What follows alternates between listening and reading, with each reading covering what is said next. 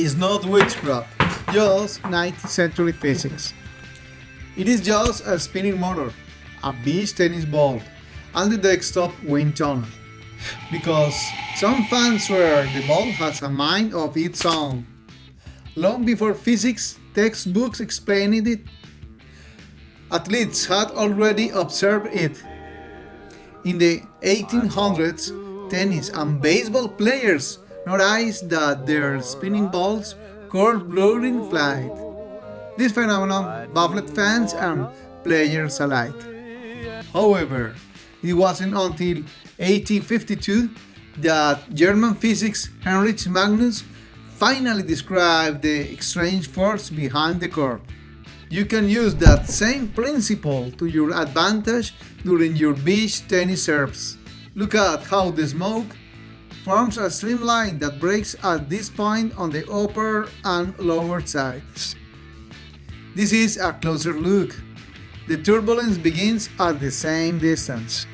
But if we spin the ball, something happens.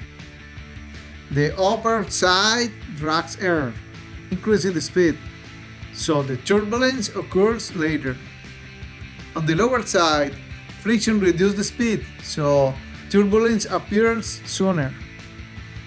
This is the same phenomenon explained by the Bernoulli principle, which is also used to explain how airplanes fly. A difference in air speed creates a difference in air pressure, resulting in a force. This graph shows the air around a circle. Then, when the ball spins, the streamlines interact with the ball, creating a force that deflects the ball from its initial path. Look at these sports examples: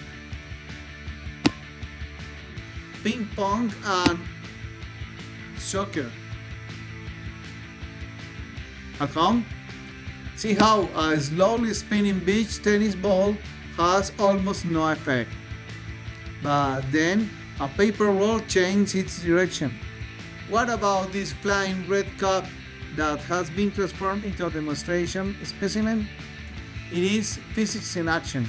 So, on your next serve at the beach tennis court, try a combination of push and spin to create a winning shot.